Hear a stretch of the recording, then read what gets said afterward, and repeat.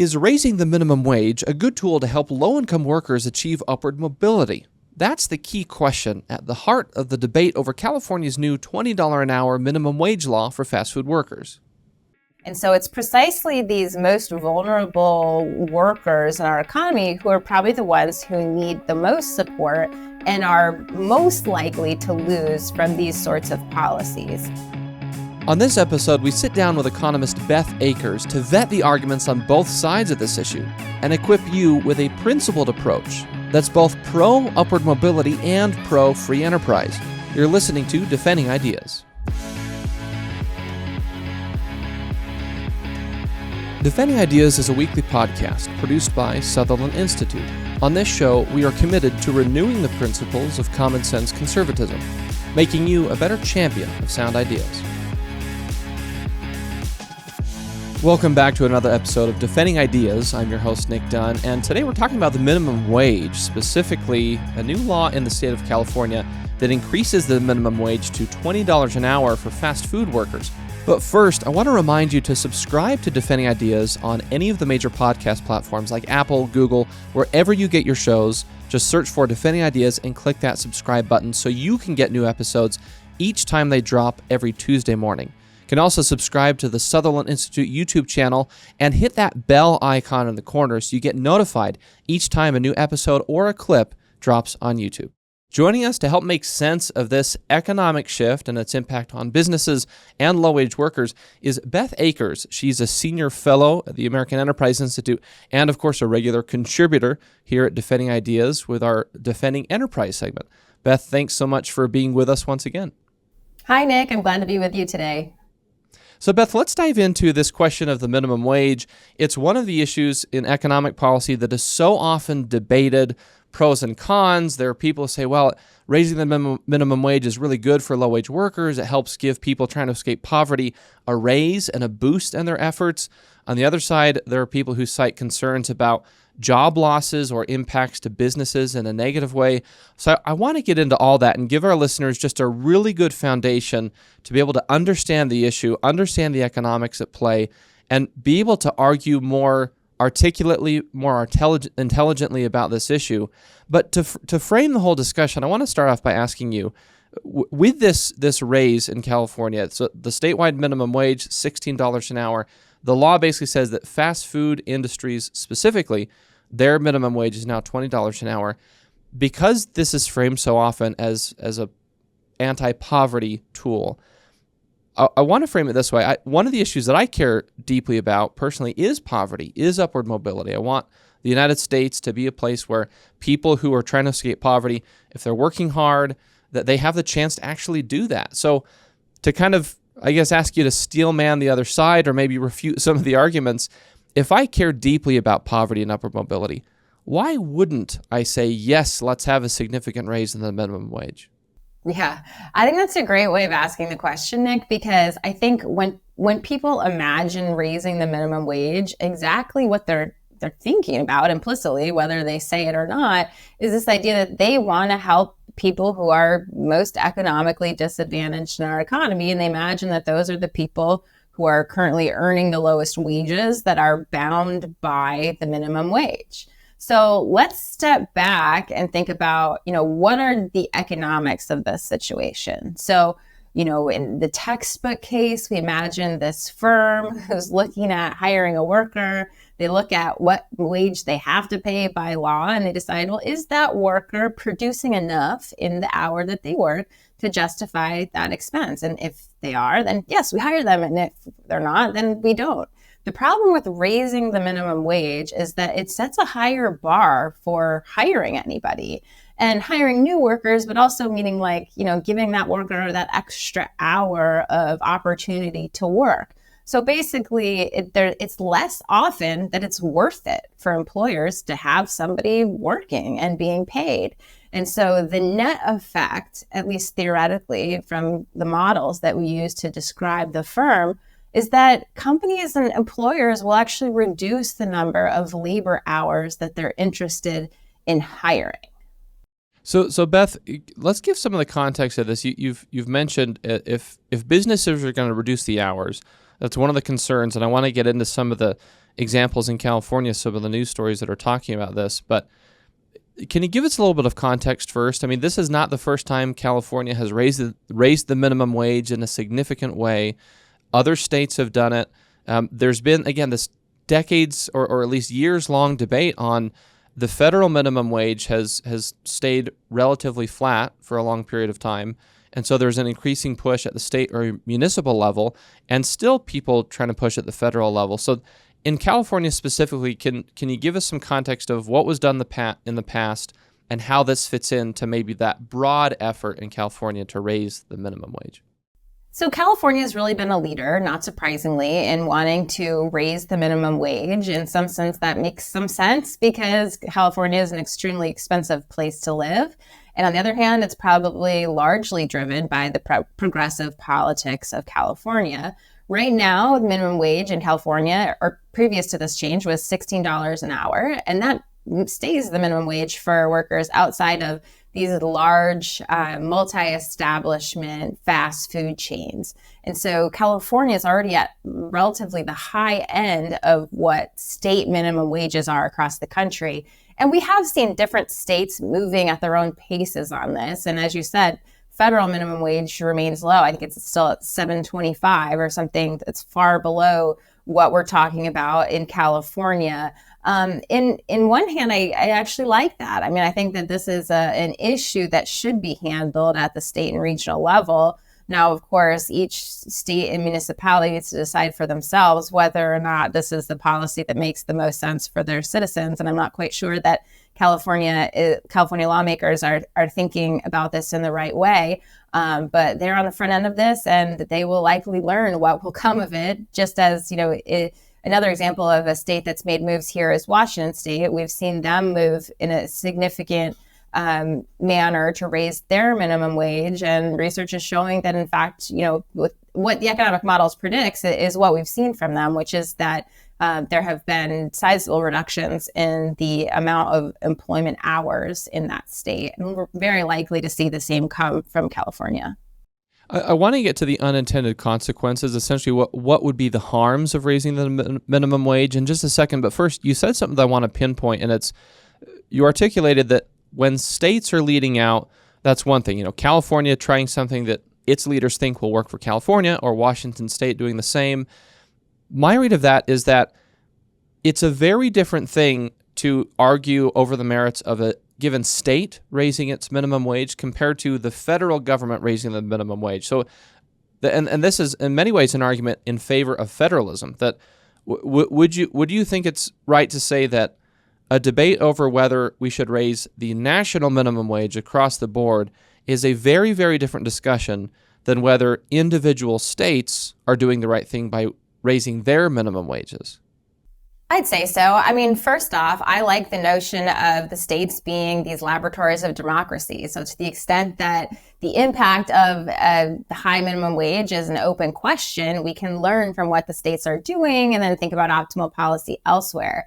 But the other issue is that when you have municipalities or states who put in place these sorts of restrictions on wages, a lot of what we're going to get is actually shifting of labor across the town and state lines in order to escape the constraints. So it may see shifting of labor outside of those regions, which you could argue lessens like the potential negative impact. So if we were to be thinking about this as a national scale, I'd be much more worried about the macroeconomic implications. Whereas when it's state level or municipality level changes, I think that what we're likely going to see is a change in distribution of wealth creation, more so than a just strictly negative or unidirectional shift in production.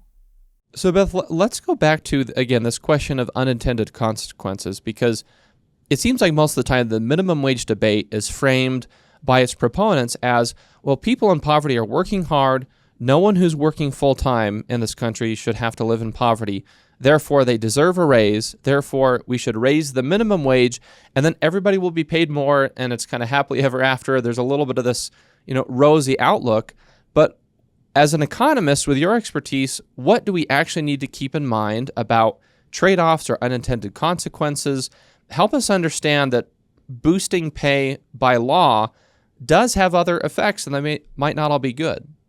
Yeah, so this is kind of the classic economics issue where your first glance at it, you think, oh, that must be great, right? Because clearly, if people are going to be making higher wages, the people who receive those wages are better off than when they were making lower wages, right? That's pretty simple economics. The problem comes at the second pass on the problem. And when you look at, well, once that happens, what are the second order effects?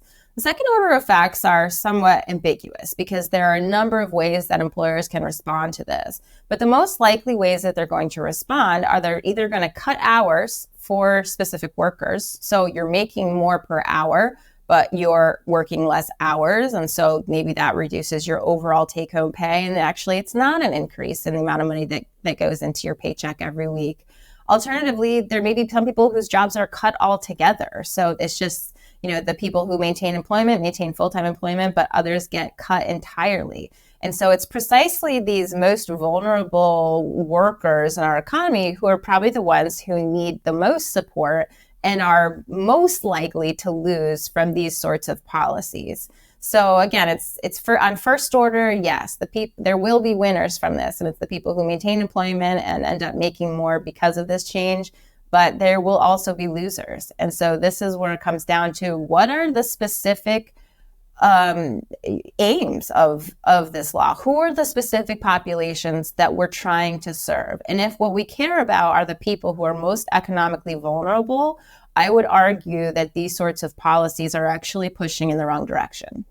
Beth, with the impacts to businesses, and I want to get into the effect on the individuals themselves, these people trying to escape poverty, but to sort of tie the knot on the effect of businesses, one of the other concerns that's been raised, and we'll include some links in the show notes to some various news articles about what's been going on in California. So the law officially went into effect April 1st.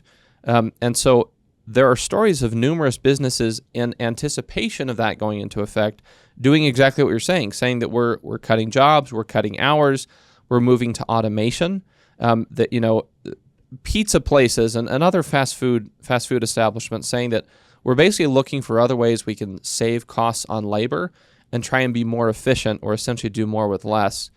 One of the other aspects I've heard cited often is that this also could lead to increased costs for consumers. So we talked previously on previous episodes about inflation, and food costs are a big part of that. So if you're going out with your family to a restaurant or to a fast food establishment to get dinner, could this lead to, or has there been evidence showing in the past that this kind of thing does actually lead to an increase in price to consumers? Yeah. When you talk to business owners who are facing this, it's pretty overwhelmingly clear that the first way they're going to respond to this is to raise prices. And, when we think about how businesses set prices and set pay, none of it happens in isolation, right? When you kind of push on one thing, everything shifts to a different degree. And some people might be asking, well, why can't they just cut pay for those CEOs that are making a ton of money? And you know what? Maybe on some small margin they will, but most likely when the businesses, the employers kind of re-optimize over, the options that are in front of them, given this new minimum wage, they're very likely to have an increase in prices as well. And then specifically the California case, this becomes problematic because of the fact that this is concentrated at fast food establishments, which are low-cost food sources for American families, which means that, again, that vulnerable population, the potentially impoverished families, are the ones who are likely going to be hit both by the cut in hours or cut in jobs, but also by the increase in prices. So, some of the news articles are talking about, more expensive smoothies and acai bowls. That's very California of them to talk about it in that way. But we're talking McDonald's and Wendy's, and these are places that very low income families get a lot of their meals from. And so, that increase in prices is especially concerning. So let's dive into that specific aspect of the effect on the people themselves. And going back to my first question of, I would frame it this way, that if a minimum wage increase is intended to be an anti-poverty tool, and it's focused on people in low-wage jobs that are trying to provide for their families and get out of poverty, then I would want to ask the question, okay, is that the best, most effective way to help people get out of poverty? Or are there other methods that are better at doing that that don't have some of these negative externalities, these side effects of reduced hours, reduced jobs, or increased cost to consumers? So is this a good way to do it, or are there better ways to help people at the bottom rung of the economic ladder get out of poverty? Yeah. So I like to think that, we have this economic pie, right? That is what America produces in our domestic economy. And sometimes we look at that and we say, well, we don't like how that pie is being distributed. And I think for most of us, we can look and say, there are people out there who are, hungry and don't have as much as they need to live, even happy lives. And so we'd like to fix that. And so, of course, this is an attempt at that. Anytime you attempt to intervene with what the economy will naturally do, you're going to be distorting incentives in the marketplace and necessarily reducing that pie. And so taking from some and giving to others. And so when you decide, there is this problem in our economy that we want to fix, and the problem is poverty, you want to think about the way that creates the least distortion, or at least imposes the cost on the people who are most able to bear it. And so in the case of minimum wage, we're really, imposing the cost potentially on workers, on these specific businesses. I prefer a model where we have a more socialized way of paying for it. And that is, using tax revenue to give direct transfers to the people who we believe really need it. It's the most targeted, meaning that we can get the aid to the people who are, most in need, and the broad-based support for it means that it's the least distortionary. We're not putting random small businesses or franchises, causing them to close their doors because of the sort of haphazard implications of a minimum wage. And so there have been lots of proposals to do this through an expansion of the earned income tax credit or other direct subsidies to consumers. My feeling is that makes a lot more sense. It allows the businesses to continue to behave optimally, be efficient in the way that, they manage their employment decisions, employ people at low wages if that's what makes sense in the marketplace, if the, value that they're adding to the production of the company is small, but then, make up for the difference in the form of this direct subsidy through an earned income tax credit to the individual. So Beth, with that point, with this idea of better ways to help people in poverty, my read of this is that whenever this debate comes up, people say it's criminal that the federal minimum wage has stayed at, I think you said $7.25 or somewhere in that range for a number of years. But then at least here in Utah, so this is looking at Utah, not necessarily California, but anecdotally, even just driving around town, you see in recent years especially, job advertisements, often at fast food establishments, advertising wages that are much, much, much higher, usually at least double the rate of the federal minimum wage. And so starting pay at $14 an hour, $15 an hour, $18, sometimes more. I've mentioned to our listeners before, I used to work for chambers of commerce in past parts of my career. And working there, the labor shortage was one of the most common issues we talked about because businesses in all different sectors and at various levels of the economic ladder were articulating that we have a really serious labor shortage problem. And I cannot count the number of times a business owner would tell me that they had current open jobs that were going unfilled that paid 15, 18, 20, more than 20, sometimes really decent wages that really could be starting jobs. I had business owners tell me, if you walk in with nothing but a high school diploma or a high school GED, and you're just willing to get trained and work, we can get you full time. We can get you in a pretty well-paying job. We just don't have the applicants. So part of me, Beth, is wondering, is it wrong to say that, instead of fixating on the minimum wage, are there better ways where we can actually help retrain or upskill these folks that are in these entry-level, low-wage jobs into these other currently unfilled jobs that do pay better? Why wouldn't that be a good response? I mean, I think folks who have a more progressive lean would say, why not do all of the above? And so I think that's actually probably correct here, which is that we do, of course, need to be investing in human capital development, that is getting people connected with workforce training opportunities that make them sufficiently skilled for the jobs that are available. But, in a sense, this is a weird moment to even be having this conversation about the minimum wage. And that's a product of the fact that these policy conversations take a long time. But we're in a moment where, we largely do have these labor shortages. Employers are reporting not being able to find enough workers and are, charging or paying wages that are, very often above the constraint of the minimum wage. We've seen inflation drive wages higher. So it's a moment where employees have a bit more power in the marketplace than they have had at other points historically. So I think what we're seeing as California is kind of continuing the charge of this perpetual push to, put a floor on what employers can charge. But it does feel a little bit dissonant with the current economic moment. And I think especially here in Utah, there's been news that's come out recently again that's ranking Utah as at the top or near the top in various economic rankings as having some of the best job growth, one of the strongest economies. And again, I know we're in a unique position here in Utah, and we in Utah should be grateful and view that as fortunate. But my read is that the best and one of the best anti-poverty tools is a very strong economy with a high job growth rate and a tight labor market, because that puts the hands in the job seekers themselves to be choosy. And now the businesses are competing for the workers. That puts workers in a really good place.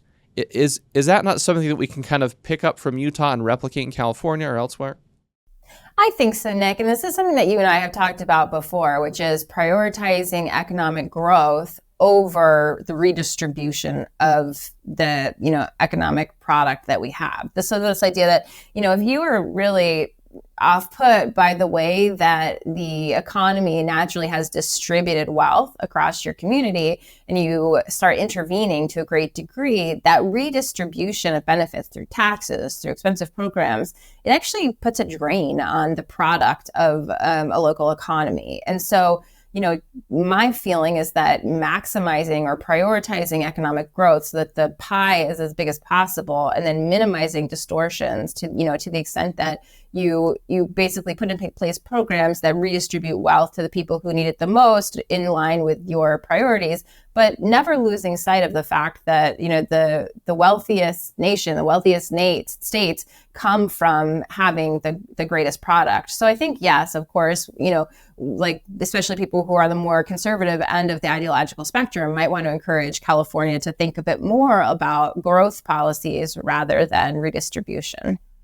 Well, Beth, I want to take a quick break, and when we come back to finish up the conversation, I want to see if we can articulate some key takeaways and talking points for our listeners so they're better equipped to, again, discuss this issue in an elevated way where we can recenter the conversation.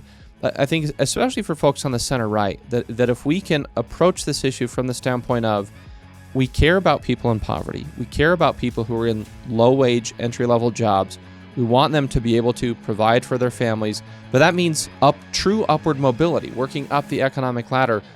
How can we articulate that message? So I want to get into that kind of, how do we convey this message in a way that's compelling to folks who might be persuadable on this?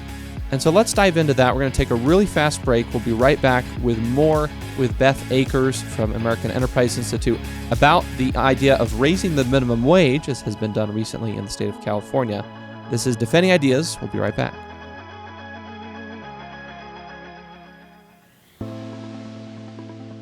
Sutherland Institute is an independent, nonprofit public policy think tank based in Salt Lake City, Utah. Our mission is to defend the principles of the American founding and strengthen the institutions of civil society essential for those principles to endure. Sutherland provides research, events, and multimedia to policymakers and the public to promote the principles of faith, family, freedom, opportunity, and responsibility. Visit sutherlandinstitute.org.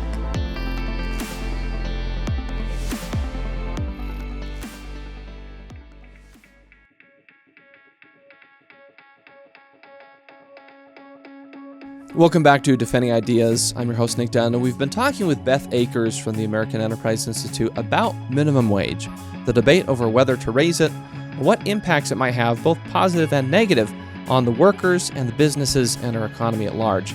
Before we dive back into the conversation, I want to remind you, if you enjoy what you're hearing today, please visit defendingideas.org. You can also subscribe to this podcast on Apple, Spotify, any of the major platforms. Wherever you like to get your shows, just search for Defending Ideas and click subscribe. And also, if you're watching on YouTube, on the Sutherland Institute YouTube channel, please subscribe and hit that little bell icon in the corner so you get notified when new episodes or clips drop. That's defendingideas.org. Beth, let's finish off the conversation with trying to give some clear talking points to our listeners to understand and have essentially better, more intelligent, more principled discussions about this very important issue. And I want to ask you first, why is this such a debate? Why is it that year after year, sometimes decade after decade, we're still discussing the minimum wage, the merits? Why is the minimum wage debate something that is so often a back and forth discussion among economists and policymakers and voters? Well, the question of how will minimum wage impact workers, why is that an open question, is because while the textbook gives us a very clear answer, empirical research gives us a bunch of different answers. So what we know is that it's really hard to measure these sorts of social phenomenon and understand what the impact of government interventions is. And so, for example, if you wanted to know, like, how does a minimum wage affect the level of employment, the number of hours that people work? You can imagine doing some sort of experiment. But we don't do experiments. We just impose these policy changes and then try to measure across time, what the effect was. The problem with that is that other things change over time. And so it's incredibly challenging to actually measure the impact of these policy changes on employment. That said, economists have, bent over backwards in many different ways to try to get those precise estimates, and they've done it in many different settings. And the issue is that sometimes that research suggests that there is a negative impact on employment, and at other times that there's not. So there is a bit of mixed messages coming from the empirical research on this. That really leaves this open to debate for economists going forward. So if the evidence does show, or if experience does show, that there can be some negative effects, and recognizing, as you said, that there are complexities in the economic evidence, which makes this kind of a thorny issue to wade through and to debate.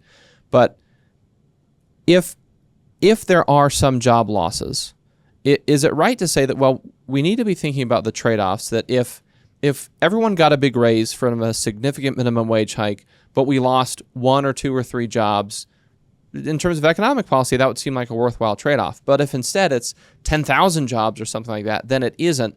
So how should each of us be thinking about this idea of trade-offs, and how do we balance that on this issue? Yeah, I think that's exactly right. I really like the way you started the conversation today, pointing out that, what you're concerned about is poverty, because I think that matters. What is the specific problem you're trying to solve? What is the specific community that you're trying to help? And then when you look at an intervention like this, you say, like, who's paying the price? If it was the case that these minimum wage increases meant that CEOs made less money and lower income people always made more money, great, that would be a really fantastic trade-off, I would think. I think most people would think. But when the reality is that it means low wage workers sometimes losing hours, sometimes losing jobs, so that others can make more during the hours that they maintain, or make more, during their full-time employment, that's a question. And is it those, is it those individuals who are laid off that we're most concerned about? If so, this is the wrong policy. I tend to think that we go too far in this direction, that it is the case that the workers who are going to pay the price for this are precisely the ones that we should be the most concerned about. And so I think it's a very tricky thing to try to increase the economic well-being of workers through this way. In fact, I think it's really the wrong way. But of course, everybody's going to have their own interpretation of the trade-offs that exist with a policy like this. Well, Beth, that leads into my last question, is this idea of what is the right message for folks who are skeptical or critical of big minimum wage hikes like this. How can they articulate that view in a way that will be compelling or persuasive toward folks who are sympathetic to a minimum wage increase? President Barack Obama, I remember him saying that it's time to give America a raise. It's this very sort of moral argument of it's just the right thing to do to help low-income workers earn more money. How do we respond to that, saying that, yes, we want low-income workers to earn more money, but there's actually a better way to help them do it? What would you say are some of the key talking points and messages that we should be articulating? I think we want low-wage workers to have more money, not necessarily to earn more money because of what we just talked about, which is that when we demand that employers pay them more money, we have these unintended consequences. So I think it's important to point out as a conservative that we care the most about these economically disadvantaged individuals. We're in a really strong economy right now, even though a lot of people don't necessarily see it. The job market is really good. People are employed. Wages are rising. The pie is growing. There's a lot that we can redistribute as needed, but we should redistribute it efficiently. And that means really directly helping those people rather than trying to manipulate the marketplace to get them to help those people. Because when we do that, it's precisely the economically disadvantaged who are losing. So let's take a step back, stop trying to blame business, stop trying to take money out of the pockets of the CEOs, which is a really appealing, message when you're trying to solve a problem, right? So those greedy CEOs, it's all that profit seeking, like, let's just take that away and then we can, help all the poor people. It's like, well, if that worked, that would be great. It doesn't work. So instead, let's say like, hey, we're a rich country.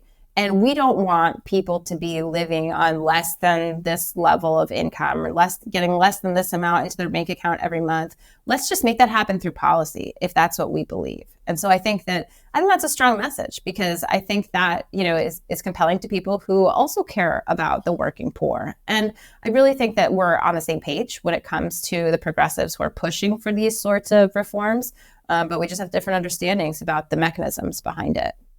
So Beth, we're almost out of time, but kind of the elevator pitch question, you articulated the values. I think you're right that there are many more shared values on this issue than people realize by watching the debate, that I think the vast majority of people on left and right would say, yes, I want people in poverty, in low-wage jobs, to be able to better their circumstances. And the debate is over the best way to do that.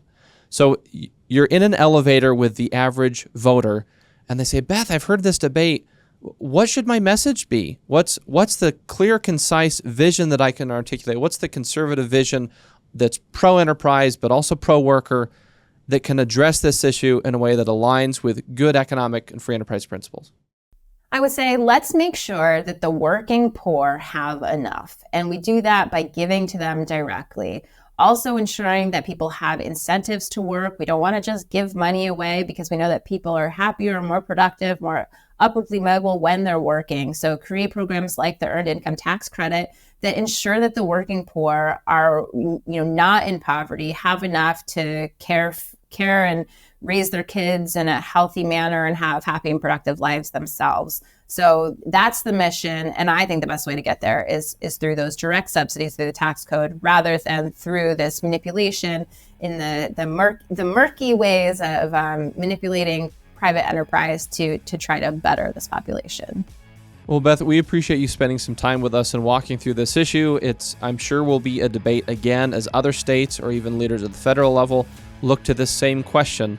And so thanks for walking us through it, helping to elevate our economic knowledge so that we can be better champions of free enterprise and also champions of upward mobility, because I think those two things go hand in hand. So thanks again for joining us from Washington, D.C. and spending some time with us on Defending Ideas. Yeah, always fun to be with you, Nick. That was once again Beth Akers, Senior Fellow from the American Enterprise Institute and regular contributor with us here at Defending Ideas. We're going to take one more quick break and then encapsulate some of this into some final talking points for each of us moving forward. This is Defending Ideas. We'll be right back. Sometimes it's hard to keep up with the latest policy debate that affects your life. The solution?